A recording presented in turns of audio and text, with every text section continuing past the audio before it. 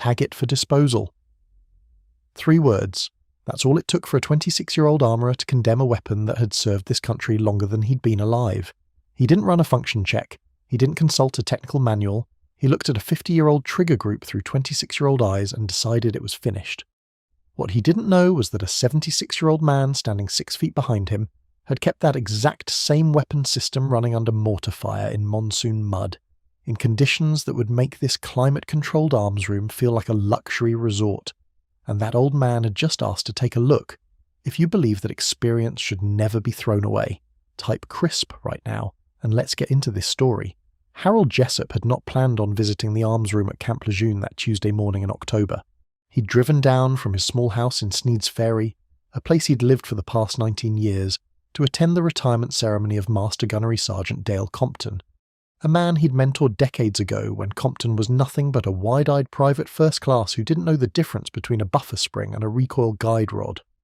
Harold had arrived early, as he always did, because 53 years of Marine Corps discipline doesn't fade just because you hang up the uniform. The ceremony wasn't until 1100 hours, and it was barely 08:30 when he parked his old Ford pickup in the visitor lot, his Department of Defense retiree sticker faded but still legible on the windshield.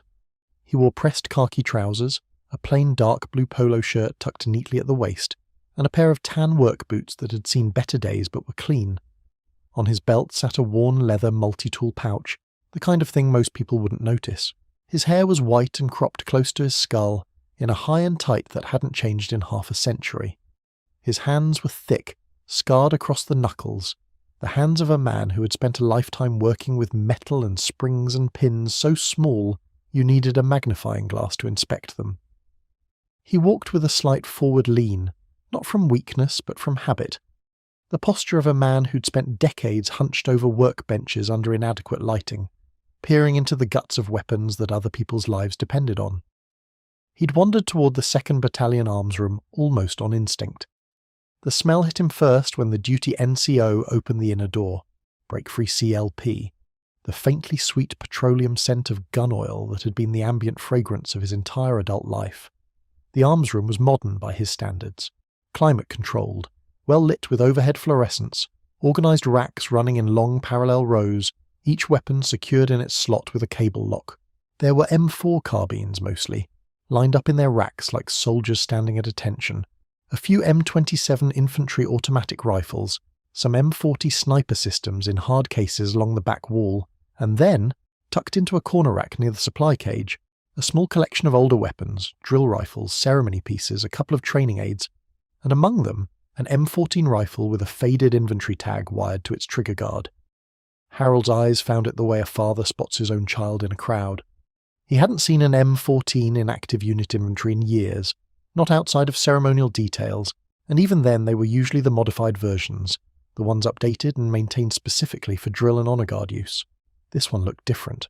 This one looked like it had been pulled from a warehouse, dusted off, and assigned to this unit without anyone quite knowing what to do with it.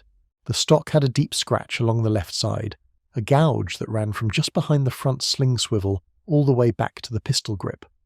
The bluing on the barrel was worn to silver in patches, but the receiver still had clean lines, and the overall geometry of the weapon looked sound. Harold knew M14S the way a surgeon knows anatomy. He could feel what was wrong with one before he could articulate it. The arms room was staffed that morning by 2 Marines. One was a Lance Corporal sitting at the checkout window, scrolling through his phone with the dull expression of someone pulling a duty shift he considered beneath him.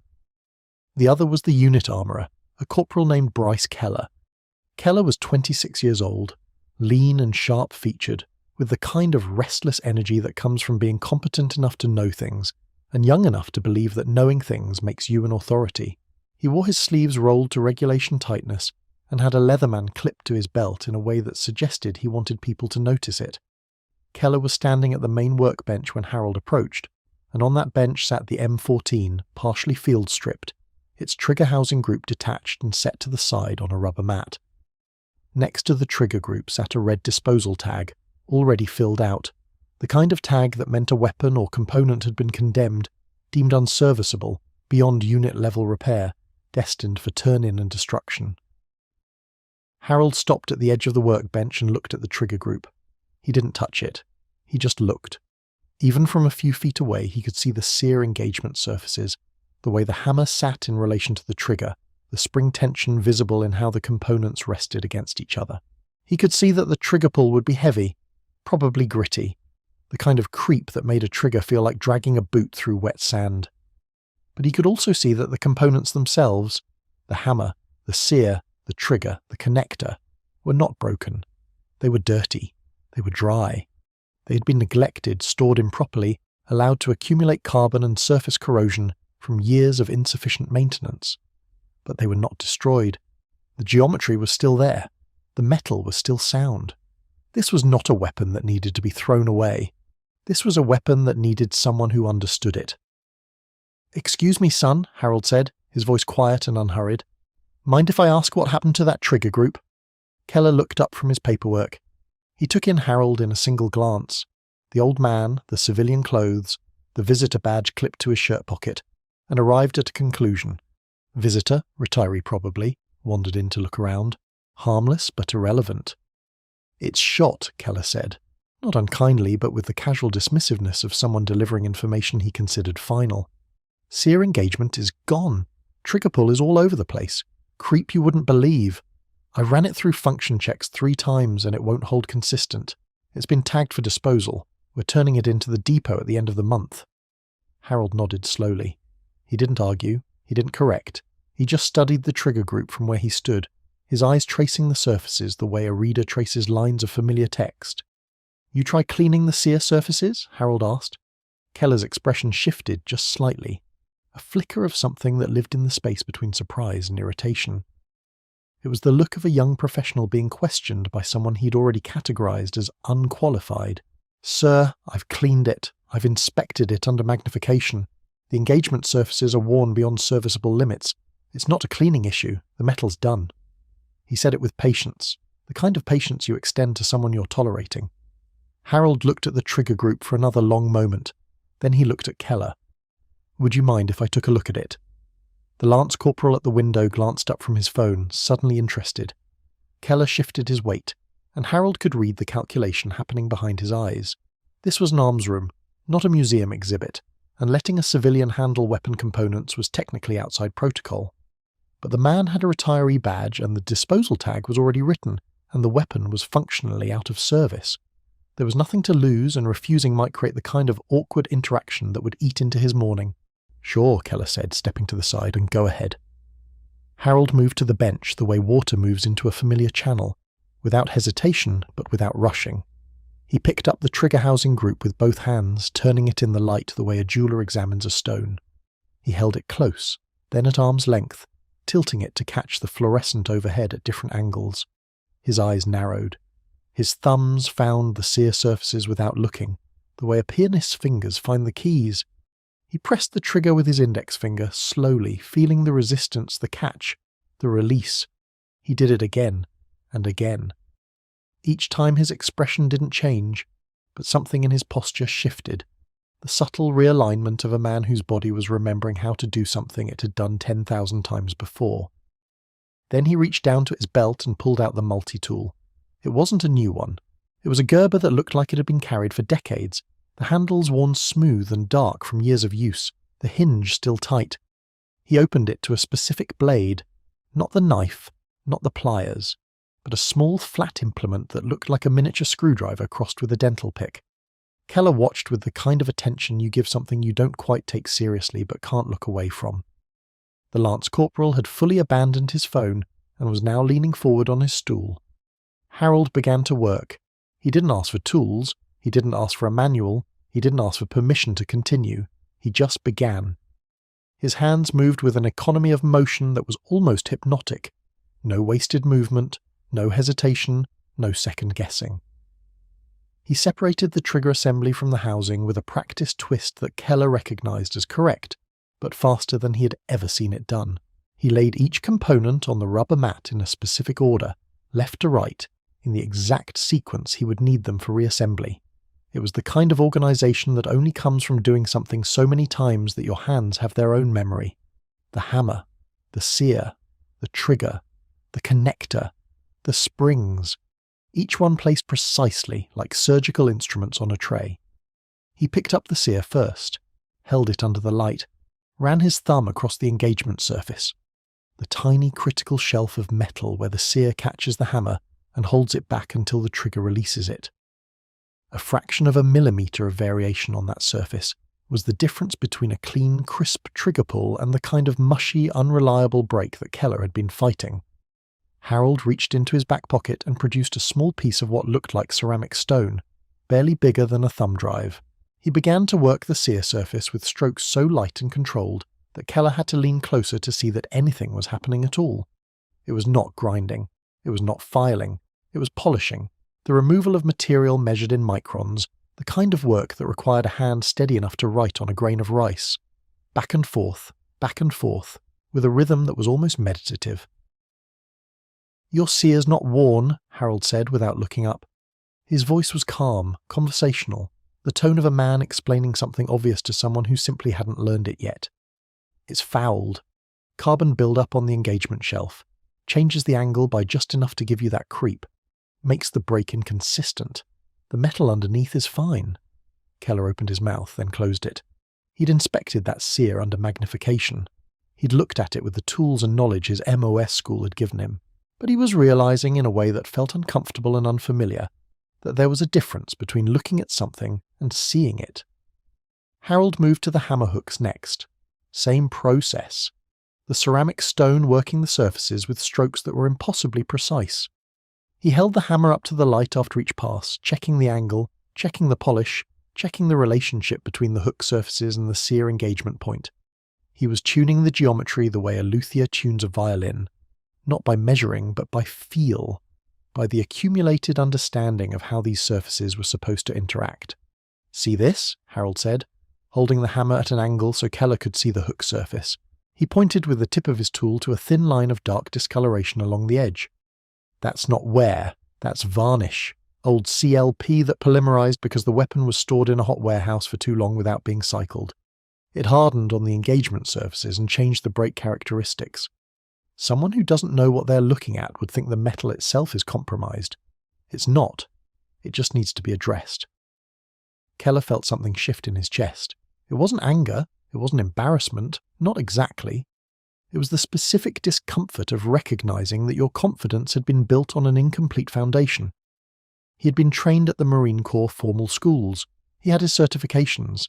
He had the authority to condemn components, and he had exercised it. And now a man with a faded retiree badge and a tool from his belt was taking apart that judgment with the quiet precision of someone who'd been doing this before Keller's parents had even met. 4 minutes in, Harold had all the sear surfaces polished. He began reassembly. His hands moved even faster now, each component clicking into place with an audible snap of positive engagement. The springs seating, the pins aligning, the trigger dropping into its channel with the specific metallic sound that Harold knew meant correct fit. He didn't check a reference. He didn't pause to orient himself. The sequence was in his hands the way a prayer is in the mouth of a believer, spoken so many times it no longer requires thought. The lance corporal had gotten off his stool and was standing at the end of the bench. 2 more Marines had appeared in the doorway. Harold didn't know if they'd been passing by and heard something, or if the lance corporal had sent a text, but they were watching now, standing with their arms crossed and their mouths slightly open, the way people watch something they don't fully understand but recognize as remarkable. At the 7-minute mark, Harold had the trigger housing group fully reassembled. He mounted it back into the M14's receiver, closed the action, and held the weapon at port arms. Then he squeezed the trigger. The break was audible, a clean, distinct click that echoed off the concrete walls of the arms room like a single note played on a tuning fork. There was no creep, no mush, no grit. The trigger moved through its arc of travel and then broke, suddenly, decisively, completely, the way a trigger is supposed to break. Harold cycled the action and did it again. Same result. Again, same result. 5 times he cycled and fired on an empty chamber, and 5 times the trigger broke clean at what Keller's trained ear told him was somewhere around 4 pounds, which was exactly where it was supposed to be. The arms room was silent. Not the silence of absence, but the silence of presence. The specific quiet that descends when a group of people has just witnessed something that rearranges their understanding of what is possible. Harold set the weapon down on the bench, muzzle pointed toward the back wall, Action open, the universal language of a safe and cleared weapon. He folded his multi-tool and returned it to the pouch on his belt. Then he looked at Keller. "Trigger's serviceable," he said. £4, clean break, no creep. Might want to pull that disposal tag. Keller stared at the M14. He stared at the disposal tag with his own handwriting on it. He stared at the old man who had just done in 10 minutes what Keller had decided was impossible. And then he asked the question that everyone in the room wanted answered. "Where did you learn to tune a sear like that?" Harold didn't puff up. He didn't make it dramatic. He simply answered the way he answered most questions. Quietly, directly, and with the specific understated gravity of a man who considers facts more eloquent than stories. "I was a Marine armourer, small arms repair. I kept rifles combat ready for 3 rifle companies during the Tet Offensive in 1968. The words settled over the arms room like a physical weight. The lance corporal straightened up. One of the Marines in the doorway uncrossed his arms and stood a little taller. The unconscious response of a service member who has just learned he is in the presence of someone who walked through fire. Keller's face went through a visible transformation, the confidence draining away and something else replacing it. Something that looked very much like the beginning of understanding. 3 rifle companies during Tet. Keller knew enough history to understand what that meant, but he didn't know it the way Harold knew it because Harold didn't know it as history. He knew it as Tuesday. He knew it as Wednesday. He knew it as every day for months in a place called Hue City, where the North Vietnamese army and the Viet Cong had launched a coordinated assault during what was supposed to be a ceasefire for the Lunar New Year, and where the fighting that followed was some of the most brutal urban combat the Marine Corps had seen since the Second World War. Harold had been 22 years old, a corporal assigned to the armory support element attached to 1st Battalion, 5th Marines. His job was to keep the rifles firing, not 1 rifle, not 10 rifles. The rifles of 3 full rifle companies, over 500 Marines who were fighting house to house, room to room, in a city that was turning itself into a graveyard. And when those Marines came back from the line, dragging their wounded, their faces hollow with exhaustion and fear, and the particular numbness that combat imposes on the human mind, they handed Harold their weapons. M14s mostly in the early days before the M16 fully replaced them. M14s with trigger groups caked in mud and blood and concrete dust. M14s with bent operating rods from being used as pry bars to clear debris. M14s that had been dragged through canals and fired until the barrels were too hot to touch and dropped in the dirt when their operators were hit. And Harold had to make them work. Not eventually, not when parts arrived. Now, because those rifles were going back out in the morning, in the hands of Marines who needed them to function perfectly because their lives depended on it, with an immediacy that left no room for disposal tags or depot-level maintenance requests. There was no turning in a weapon for replacement. There was no ordering a new trigger group from supply. There was Harold, his tools, whatever spare parts he could scrounge or cannibalize from weapons too damaged to save, and the absolute non-negotiable requirement that every rifle he touched would fire when its trigger was pulled.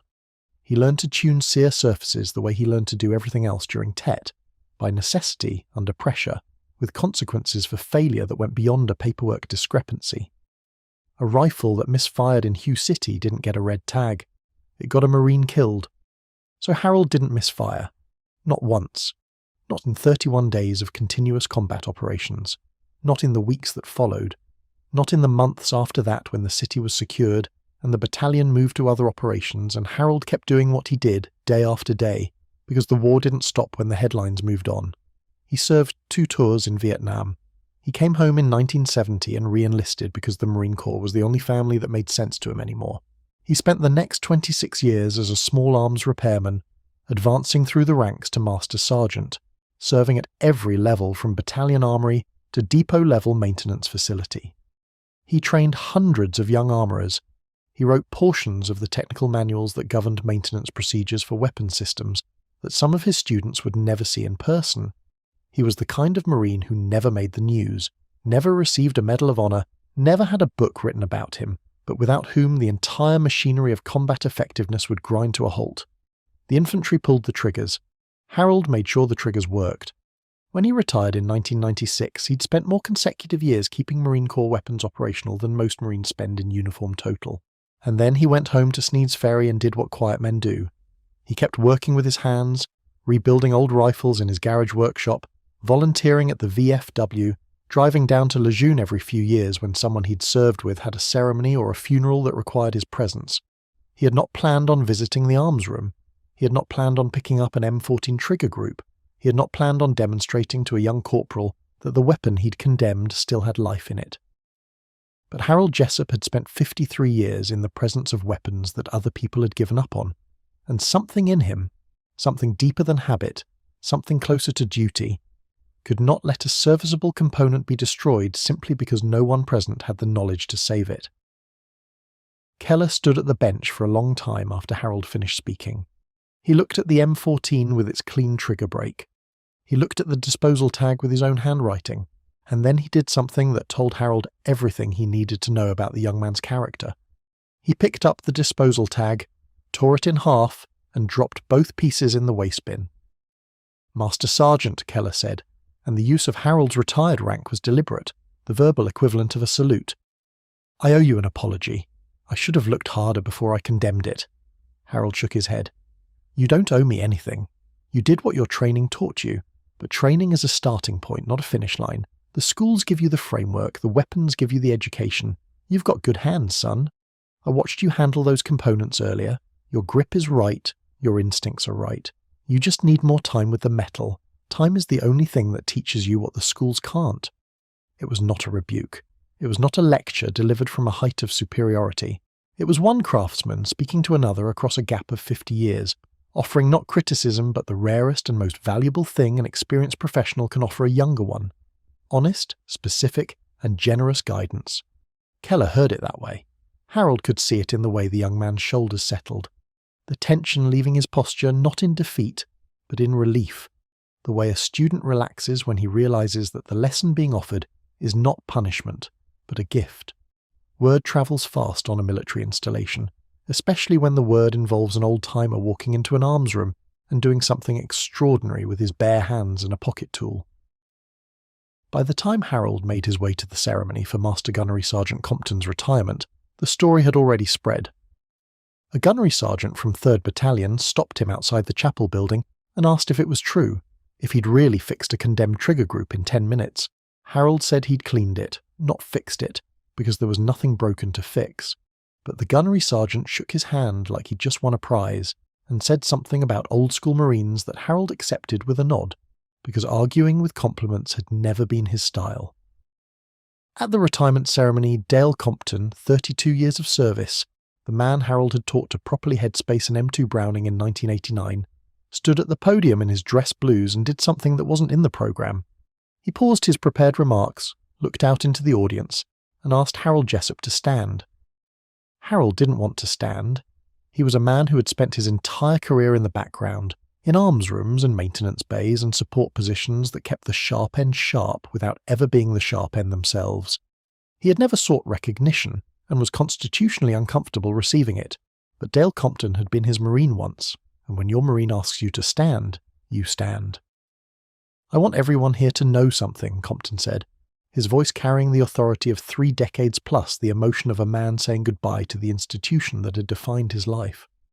"The reason I'm standing here today, the reason I had a career worth retiring from, started with this man. Master Sergeant Harold Jessup taught me that taking care of weapons is taking care of Marines.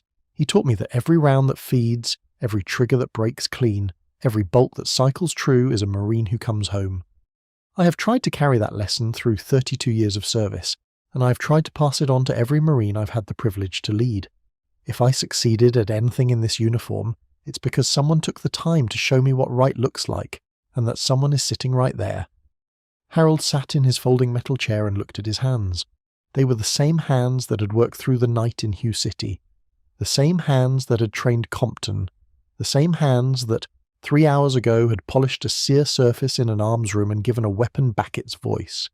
He didn't cry, because Harold Jessup had trained himself out of visible emotion sometime around his 2nd month in Vietnam, but his jaw tightened and his eyes held a brightness that anyone who knew him would recognize as the closest he came to showing what he felt. After the ceremony, Keller found Harold in the parking lot. The young corporal had changed out of his utilities into civilian clothes, which told Harold that Keller had made a special effort to come to this event. It wasn't his unit's ceremony, and he had no obligation to attend. He was carrying something in his hand. It was a small notebook, the kind with a hard black cover that you could buy at any PX. "Master Sergeant," Keller said, "I was wondering if you'd be willing to write down what you did today. The process for the sear surfaces, the polishing technique, what to look for with the varnish build-up. I want to learn it right." Harold looked at the notebook. He looked at the young man holding it. And in that moment, standing in a parking lot at Camp Lejeune, on a clear October morning, he saw something that connected the past to the future, in a way that felt as clean and precise as a properly tuned trigger brake. He saw himself, 53 years ago, standing in front of a staff sergeant named Alonzo Greer at Camp Pendleton, holding a similar notebook, asking a similar question. Greer had been a Korean War veteran, a man who had kept Browning automatic rifles running at the Chosin Reservoir, and he had looked at 20-year-old Harold Jessup the way Harold was looking at Bryce Keller now, with recognition. Not recognition of skill, not yet, but recognition of something more important.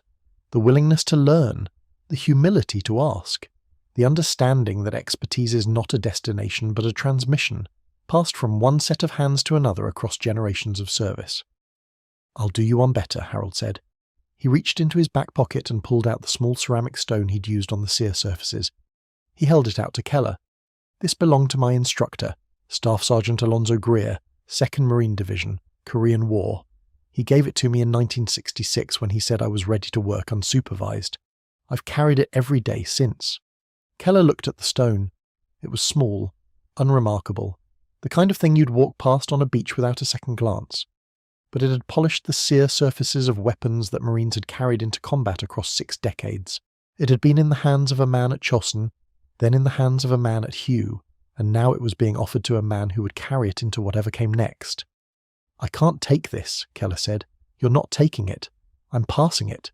There's a difference." Keller closed his hand around the stone. He held it the way Harold had held the trigger group, carefully, with the awareness that he was touching something whose value could not be measured in material terms. "Master Sergeant, I'm going to learn everything that stone can teach me."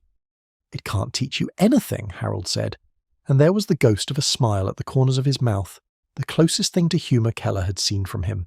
"It's a rock, but you put it in the right hands with the right knowledge and the right patience, and it'll keep a trigger group working for another 50 years. The teaching comes from the doing. The rock just helps." In the weeks that followed, something changed in the 2nd Battalion arms room.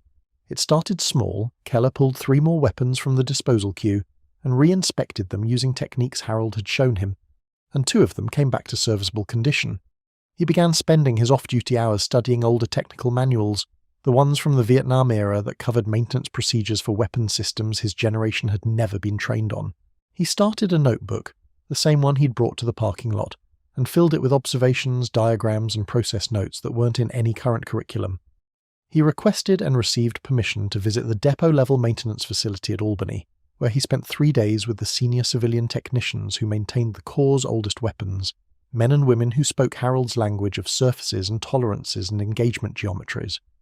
He came back from that visit different, not louder, not more confident, quieter, more careful, more willing to look at a weapon for 10 minutes before touching it, the way Harold had looked at that trigger group before picking it up. He called Harold one evening in November, almost a month after their first meeting. He asked if he could visit on a Saturday. Harold said yes. That first Saturday visit turned into a weekly routine. Keller driving up to Sneed's Ferry on his day off, sitting at Harold's garage workbench, learning things that no school in the Marine Corps currently taught, because the men who knew them were retiring faster than the knowledge could be captured. Harold showed him how to diagnose a worn bolt by the pattern of the carbon on the locking lugs. He showed him how to feel the difference between a properly seated gas cylinder and one that was 1/1000th of an inch off. He showed him how to read the history of a weapon in its wear patterns, the way a geologist reads the history of the Earth in layers of rock. Each lesson was hands-on, practical, and delivered in Harold's quiet, methodical style.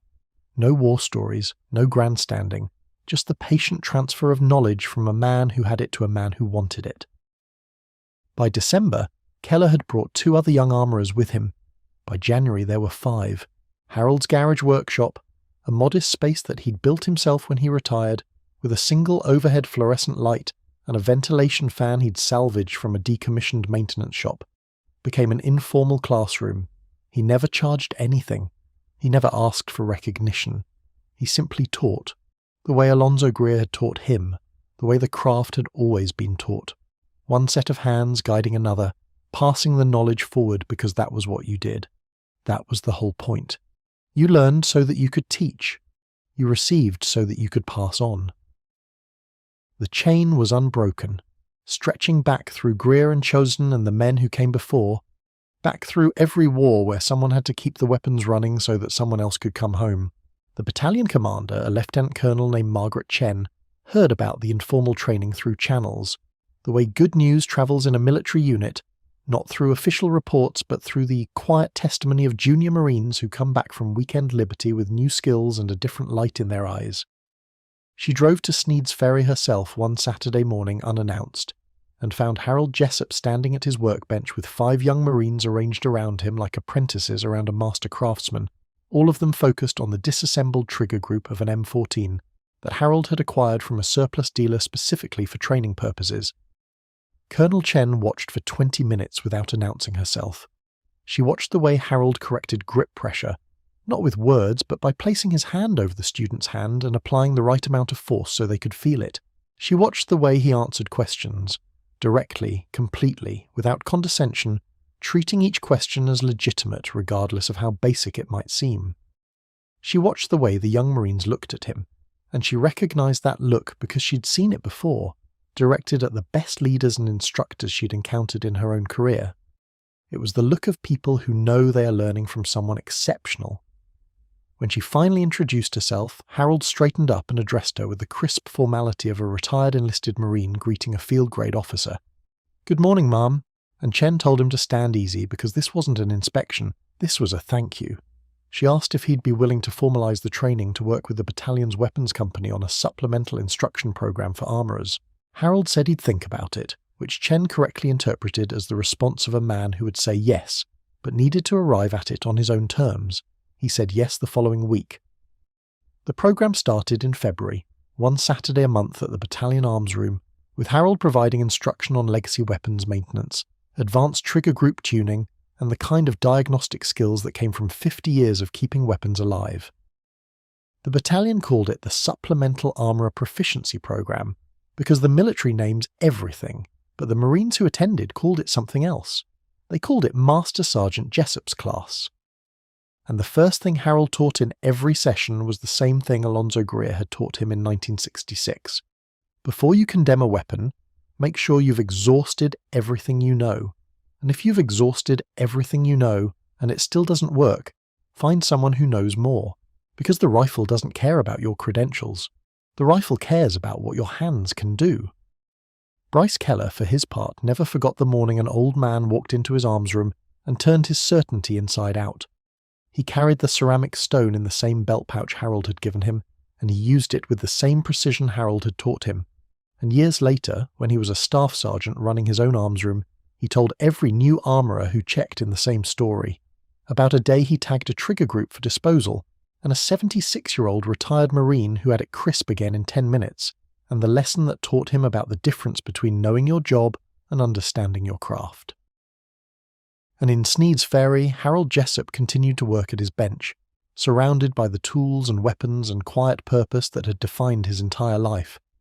The garage door was always open, the light was always on, and if you drove past on a Saturday morning, you might see an old man with scarred hands showing a young Marine how to feel the difference between a worn sear and a dirty one. You might hear the clean, crisp click of a trigger breaking exactly the way it was designed to break. And you might understand, if you stopped long enough to listen, that some things are never truly ruined. They just need the right hands. If this story moved you, if you believe that experience is something worth passing on, and that respect should be earned by what your hands can do, then subscribe to this channel. We tell the stories of the people who served quietly, who built things and fixed things and kept things running so that others could do the fighting and come home. If you believe those stories matter, hit that subscribe button and share this video with someone who needs to hear it. Because the next time someone tells you something is beyond repair, remember Harold Jessup, and remember that the right hands can bring anything back to life.